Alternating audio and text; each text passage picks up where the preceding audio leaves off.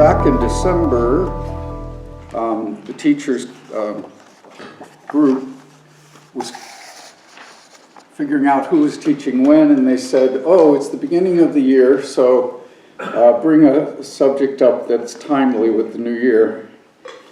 And that was a long time ago. But so my talk, if you had looked at the title on the website, it's making New Year's resolution or making a New Year intention.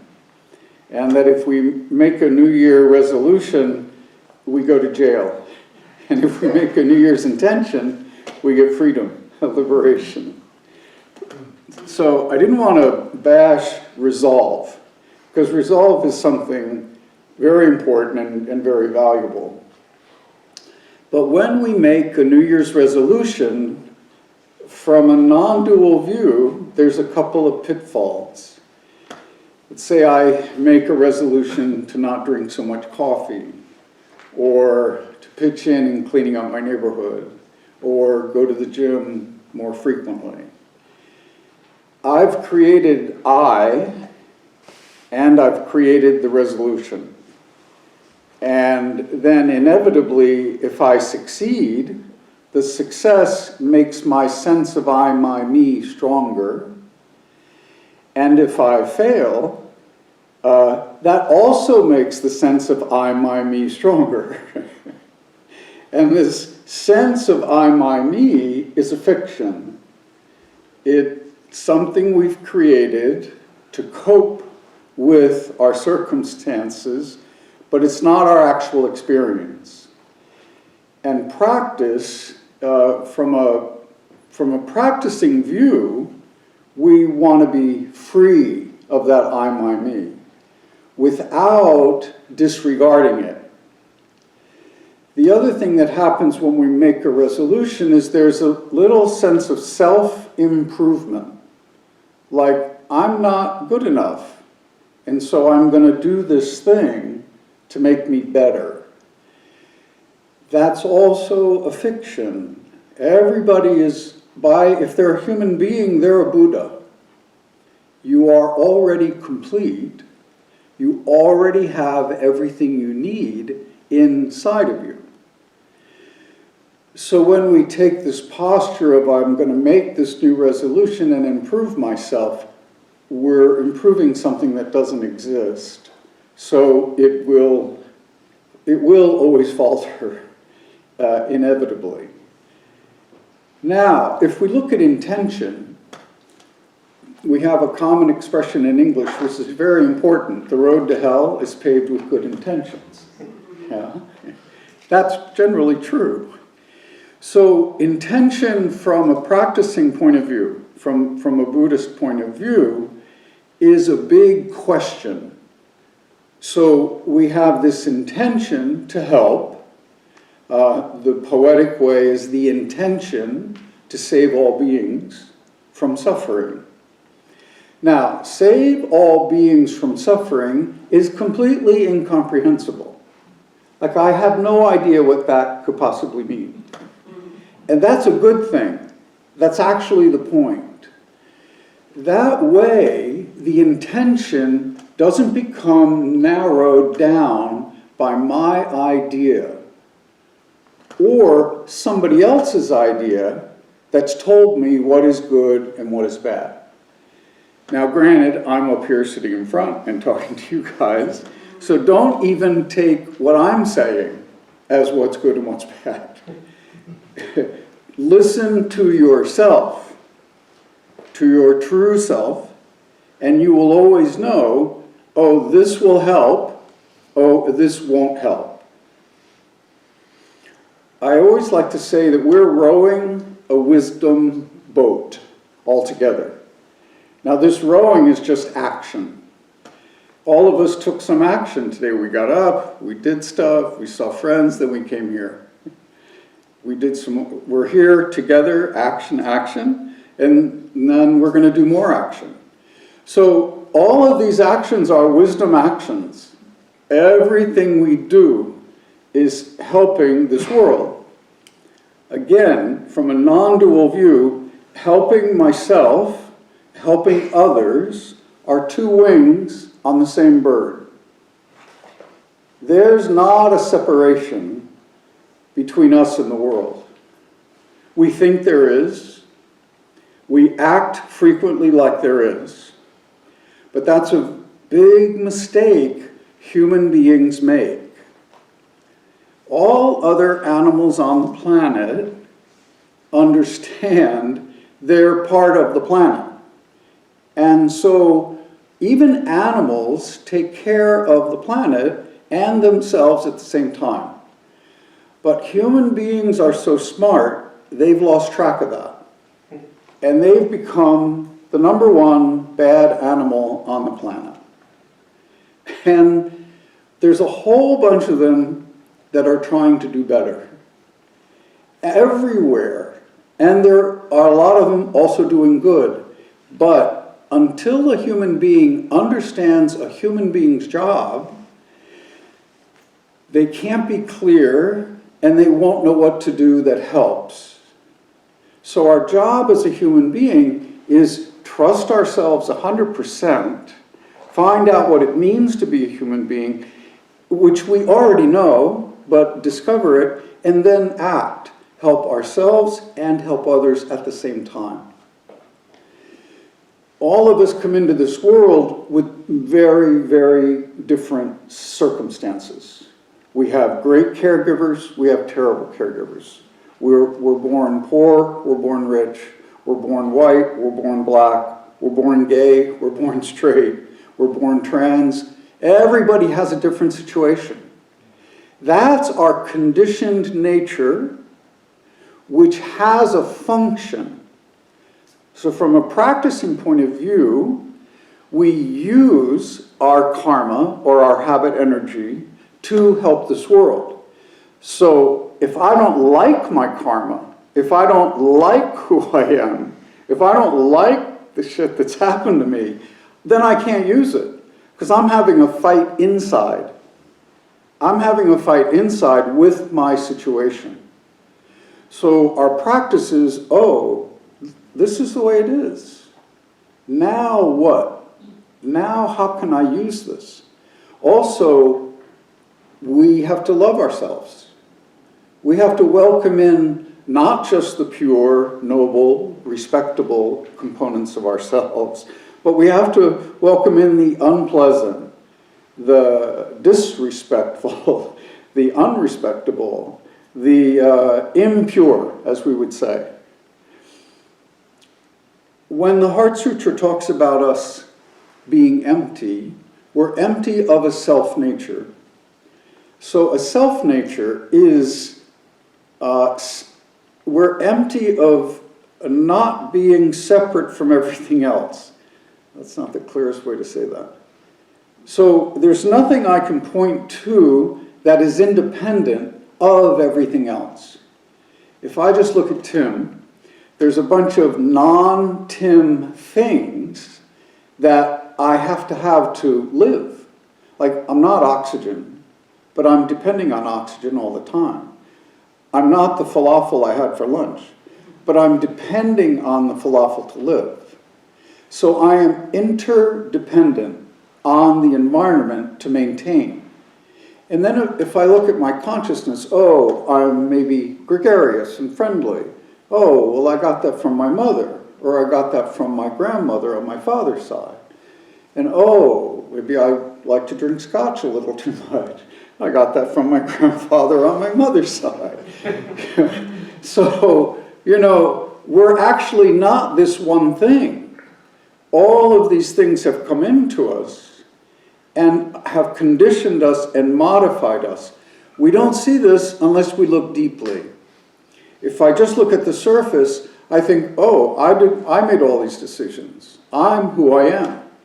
I set my course, I made my career, blah, blah, blah. That's an illusion. That's an illusion. Not to condemn that view. And sometimes that's the view that's necessary to compete, to be ambitious, to make our statement in the world. But practice means looking at the whole thing, accepting the whole thing, And then the parts that are suffering, transforming that into wisdom.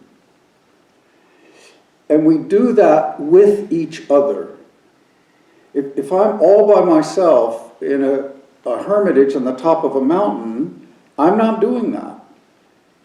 If I'm visiting my family after not living with them for 20 years, then I'm transforming suffering into wisdom. How do I stay polite with these people? You know, how do I accept their view of me? How do I accept my view of them? So it's where the rubber hits the road in terms of our friction with each other. That's actually where all the wisdom appears. If we can open our heart and open our mind. So if we make an intention, the intention is very wide, and we keep a question. What is this? How can I actually help? What will actually help? If I have in the back of my head, I know what's good for this person. What they need is blah, blah, blah. That probably won't help. But if we can go, I want to help this person that's suffering. I don't know how. Maybe I'll just listen first. Then what we've actually done is made our mind wider. We've made our heart wider. That person knows that. And then they are able to say, oh, maybe I'll trust you enough to say what I actually need. And even if it's impure, even if it's not clear, it's the beginning of clarity. It's the beginning of connection, connection, connection. And once we connect, then it's possible someone will listen to us or we'll listen to someone else. Doing that is not pleasant. It's just not pleasant because we're having to set aside I, my, me. We're having to set aside I don't approve of myself, I don't approve of you. We have to set aside our opinion, set aside our conditioning, set aside whatever we've been taught, set aside the fear in our body, set aside the trauma in our body, and just be in this moment with this person and trust the situation. Then out of that, a solution, wisdom, the right thing to do or the right thing to not do, it becomes clear. There's a line in the Heart Sutra, all Buddhas depend on prajna paramita, that's Sanskrit for the perfection of wisdom. And then they achieve anuttara samyak sambodhi, that is Sanskrit for unexcelled, perfect enlightenment. That's a very flowery line. When a woman asked my teacher, what does that mean? He said, sitting on this cushion answering your question. And the top of my head blew off. Because I thought he was going to give a fancy explanation or translation of the Sanskrit or do a little academic yak, yak, yak. But he said, no, all Buddhas depend on right now. And it's in this right now that they actually can love this world in a non-dualistic way and can help this world. And you're all Buddhas. You don't think of yourself in those terms, but in the Diamond Sutra, Buddha says, ordinary people are Buddhas, and Buddhas are ordinary people. And it's by being ordinary that we're actually able to help. So the challenge is, am I able to just trust right here, right now, for wisdom to appear? And that's hard. That's hard. But all we need is to be paying attention, paying attention, paying attention. And on the cushion, maybe you have a mindfulness practice, maybe you have a Theravadan style practice. Whatever your practice is, it's concentration and it's attention of some kind. And we take that off the cushion. It has value on the cushion, but it turns into gold when we do it in our real lives. When we're with a coworker who we don't like. And we ask ourselves, how can I make this more smooth? How can I take away my suffering and this other person's suffering? Or if we're feeling suffering, What am I suffering about? Usually we have some experience of suffering and we push it away. So already we've made ourselves ignorant of our own suffering. But if we welcome it in, that is unpleasant, but that's the first step to understanding ourselves. Oh, I don't like this guy because of blah, blah, blah. Or, oh, my friend hurt my feelings, but I forgot his father's in the hospital dying, and so he was very self-absorbed and couldn't say something pleasant to me. Now we've slowed everything down, and we've looked into what's going on. So this surface, which the Buddha calls an illusion, we penetrate that illusion. It's very simple. And we see, oh, cause and result, cause and result. I have this nephew, he's a criminal. Oh, why is he so bad? That's just looking at the surface. Criminal is just a concept. Nephew is just a concept. Look deeply at that human being. Then you see all of these causes and conditions that are the result that are showing now. Now, how can I be skillful with that? Well, that takes attention. That takes slowing down. That takes an openness of heart. Like if I have an opinion about my nephew, oh, this guy just wears me out, I don't want to even think about him. Well, that's just stupid. That's just selfish. That's just me being tired. If I'm tired, take a nap. You know, Tim, in other words, to live as a human being, it takes some energy, it takes kindness, it takes non-dual love. Non-duality wisdom is love in the world once it manifests. If we can't track that, no problem, just practice. As you practice, your own misunderstandings or fears and whatever, they'll just fall away by themselves. They don't fall away because the teacher says so. The teacher is just like a signpost. The person practicing is the person that's waking up. And your insight into your own Buddha nature is always yours. Teachers don't do that for us. There's one expression in Zen, there are no teachers in Zen. And it's great, because when you hear that, you go, oh, right, I'm the expert on me. So I'm the expert on my trauma, I'm the expert on how I feel, I'm the expert on what I want, I'm the expert on what my values are. And can we trust that? Can we just lean right into that? And yeah, some of it is shitty. We just welcome that in. Because once we welcome in the mud, then we have a chance of finding the lotus. This lotus of wisdom comes from the mud of suffering.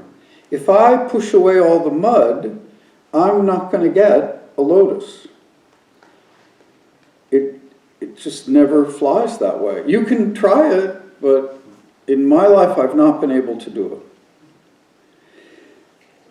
At a certain point in my practice, I had so much anger. I was 33 years old. I was divorced. I had 2 children who were becoming teenagers on the East Coast. I was living on the West Coast. I adored and loved my children, was devoted to them, and I was convinced my ex-wife was teaching them a lot of terrible things. And I knew this was a narrative. I was just angry. I wanted it to stop, and I couldn't stop the anger, even though I wanted the anger to stop. So who's driving the car, right? And I went to my teachers and Master Sung Sung, and I said, sir, every time I talk to this woman, this ex-wife, Sharon, we just fight, so much anger. I cannot control this anger. I don't even like it. I don't want it to appear, and yet it still appears. And he laughed. He said, yeah, you have this intimate karma. You made these 2 children, then you had to get a divorce, and now that habit, energy, all has to be taken away. So he prescribed a special practice of 500 vows a day and chanting a particular chant. And he said to do that for 100 days. And it was difficult to do, and I didn't want to do it. And the first few times I tried it, all I was agitated and angry. But I leaned into it, I asked him for advice, I kept at it. It took about 120 days to accomplish this practice. Everything changed. The anger just disappeared. The work I was doing in my studio at the time, in those days I was a waiter at night and an artist in the daytime. I was like 35 years old. Paintings got better. I had a lot more confidence in the studio, more confidence when I spoke to galleries and dealers. Two of them, one of them gave me a show. And when I would talk to my ex-wife on the phone, Sharon, it was normal. And I was flabbergasted. I had the intention, but I couldn't make the anger change until I just practiced. I just practiced and I just practiced. Then the anger got digested. Suddenly my children seemed to listen to me, and I didn't know why. And when they're teenagers, you beg for them to listen to you. You beg. Any parents in here, you know. Please listen, just a little. And they did. You know, now my daughter's 52, my son is 50, I have grandchildren. They made it through that really dangerous time. We all made it through. But for me, it was only the practice that could transform this anger, which I had no control over. Because my consciousness couldn't take it away. My heart couldn't take it away. But I could use my body in the bowing practice, and that took it away, because it had been caused by my body. So this intention was completely wide, and then was able to work.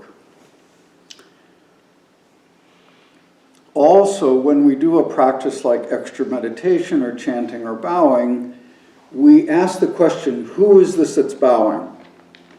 And don't know is always the answer.